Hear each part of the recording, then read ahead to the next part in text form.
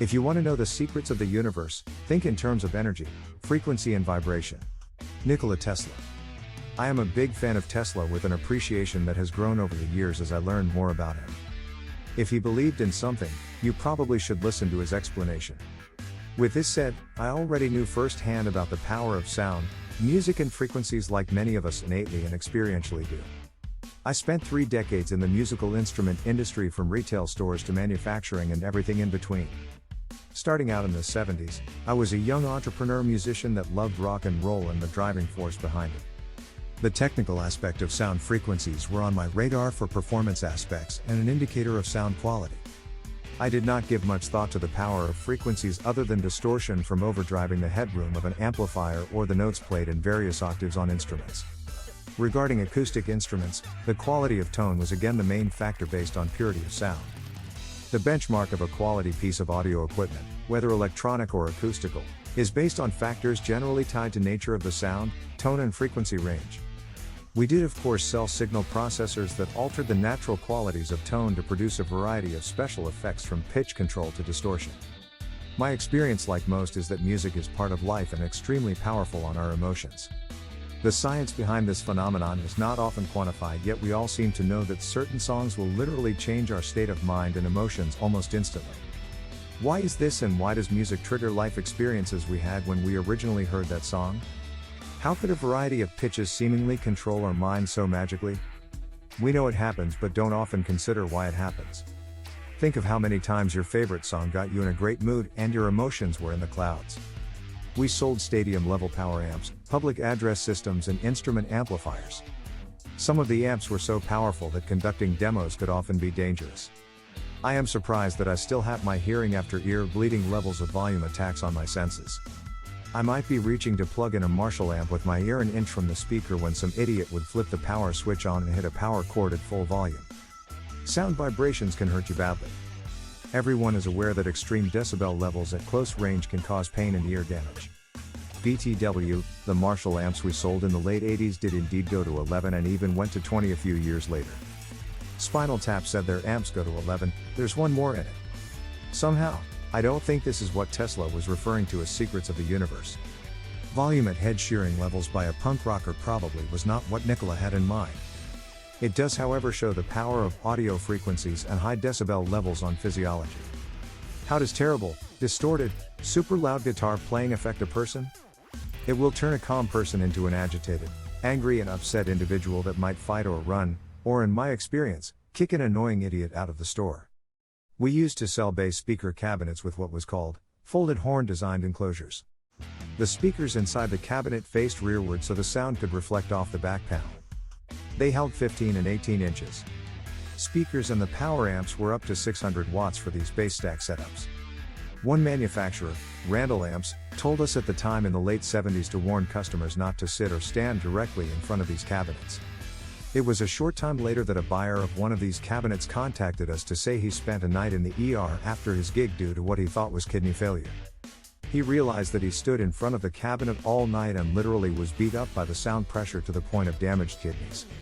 When we demoed these speakers, you could see shirts and hair moving from the sound waves at what seemed like fairly low volume. Sound waves are powerful. Sound waves will affect your emotions and physical status. We often sponsored events at nightclubs in the Southern California area such as Battle of the Bands and theme-based or seasonal promotions.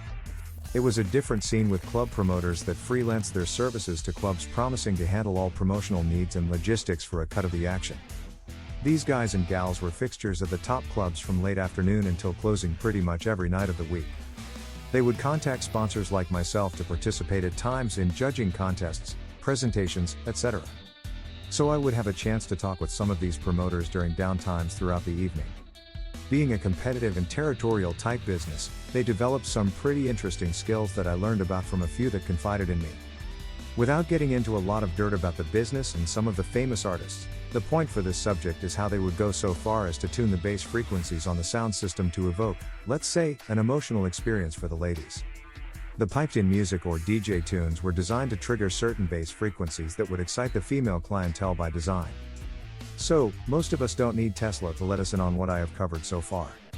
Good music can create powerful emotional experiences, and bad music at high volumes can create pain and negative physiological and emotional responses. So let's move on to more esoteric observations now that we have established common ground on sound waves, frequencies, and tone in regard to music. How is this subject tied into the 8 pillars of health? We already established how it affects and interacts within the emotional and physical pillars.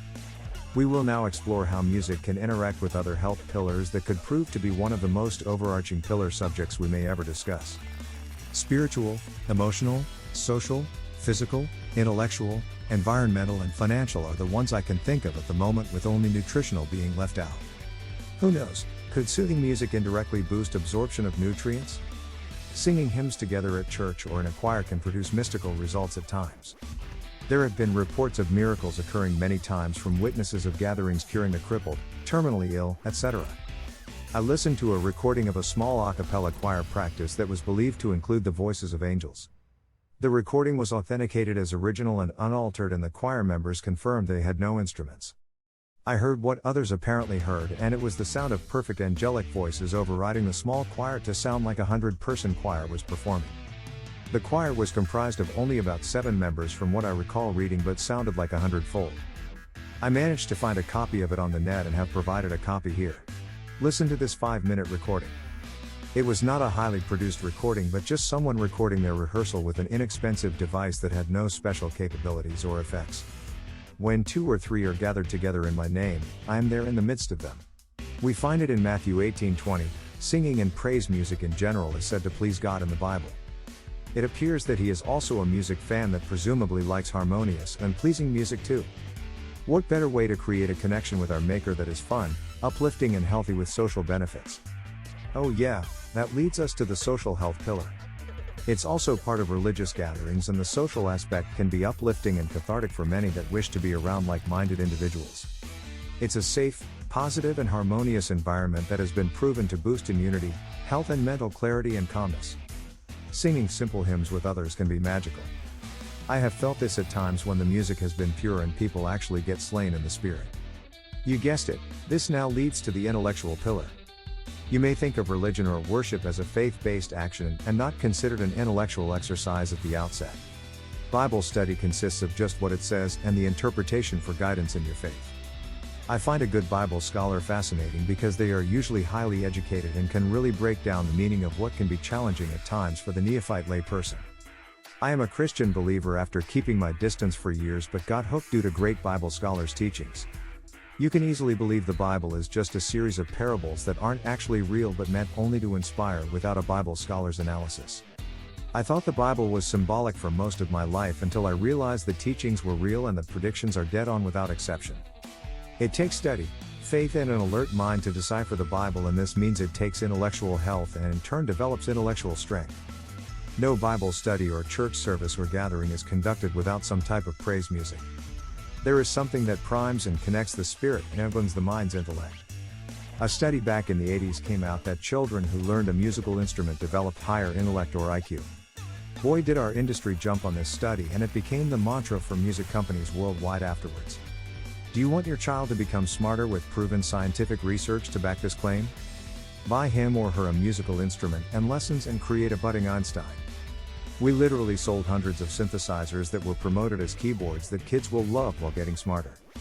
We stacked dozens of an entry-level $500 model, made by Seiko, in the middle of the store, and parents would come in and say they were there to pick up something called a synthesizer for their kid. It was not unusual for us to sell a dozen a day to people that had no idea about what they were buying. Kids were just plain smarter that learned an instrument at the earliest age possible, while adults struggled as though something closed off in their brain after a certain age. Parents will spend lots of money on their kids if they believe they can better their lives and futures. This leads us to the financial pillar. I realize that I am stretching things a bit, but bear with me in this exercise. Finances are not a one-way street of saving money only. It encompasses investing, and that could mean more than stocks, bonds, and real estate, and include human resources like your children. What better way to invest your resources if you are convinced that it will return much more than money? Would you spend $10, $20, $50, $100,000 or more for a pill that would raise your child's IQ by a minimum of 10 percentage points? Think of the possibilities and the future you could provide them. It may assure their ability to create financial security and have the wherewithal to take care of you in your old age. It's a no-brainer. The promotional ads did not picture stoned-out kids jamming in a garage, in case you were wondering. They most often depicted a 6-year-old Asian kid playing Mozart on a violin or piano with a smug look. Yes, I play piano better than you and I am 6 years old. In my case, I not only made a living for 30 years because of music, but my children learned instruments at an early age through our rock school program and are now very bright adults. A double whammy win. They are super smart and successful, and they value their surroundings and environment in a rational and healthy way, and not like some climate change kooks. Okay, did you see what I just did? Yes, I worked in the environmental pillar like no other segue you will ever experience. Smooth, huh? Music and the environment go hand in hand, just like bread and butter, hamburgers and French fries, peanut butter and jelly. Why? Both are natural, God-given and unadulterated if left untainted by dark forces. Take music in the 20th century until the last decade or two. Sure, there were sad songs, dumb songs, funky tunes, jazz riffs gone wild, the blues, punk, hard rock, country western, bluegrass, etc. What was the common theme? They were pure and unadulterated, heartfelt songs that, while evoking emotions, they did not poison the soul. What do I mean? They spoke of love, heartache, betrayal, sadness, happiness and all the real emotions, but you know what they didn't promote? Suicide, killing cops, overdosing on fentanyl, committing crimes, looting and burning businesses, racism, satanic worship, anti-American propaganda, etc. Yes, there were 60s protest songs about getting out of war and stopping violence, but also true and heartfelt. The onset of rap followed by the depressing grunge genres began the downfall of music that has not recovered to this day, in my opinion. It was a form of pollution, yes, environmental sound pollution. Astro World Concert, see you on the other side. I am not taking a Pollyanna-ish approach to this, as I listened to some pretty hard and acid rock in my day and still like classic rock, but there was a difference, and the vast majority was at least inspirational, unlike some genres today. We became polluted with the brainwashing propaganda that got the youth to think that bad was good and good was bad. Sure, we need to take better care of our physical environment, but let us not forget that we also have noise pollution in the form of damaging levels of noise to damaging levels of garbage music with lyrics that need to be flushed. Clean up your personal environment with your choice of music and how it affects you and others for a positive result, in my humble opinion. So there you have it. Music can legitimately be included into at least 7 of the 8 pillars of holistic health. Maybe if you wrote a song on a slab of dark chocolate, around 90% cacao with no sugar, we could include the nutritional pillar, but I will think about it further and get back to you if I come up with a better reason. Stay tuned for the more technical and potentially dark side of sound waves in a future edition. Why does music alter our mood, intellect, spiritual, social and other pillars of health? I also plan to cover the mind control CIA tactics and other audio and sound wave technologies and frequencies like 5G that are changing the world and minds.